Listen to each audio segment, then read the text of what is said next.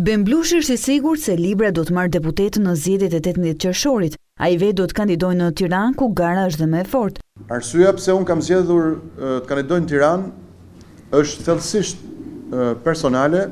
Dua të jem të paktën një herë deputet i qytetit ku kam lindur dhe ku jetoj prej 48 vitesh.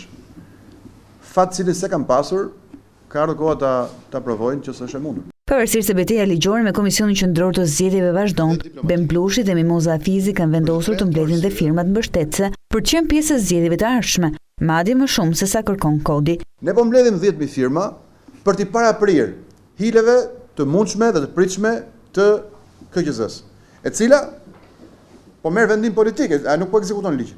Në një bashkëbisedim me gazetarët, kreu i Libras tha se do të paraqes në kuvend amendamente për kodin zgjedhor, ku parashikohet vendosja e një tavani 300.000 eurosh për shpenzimet e fushatës, si dhe krijimi i një bordi monitorimi dhe transparencë për këto shpenzime.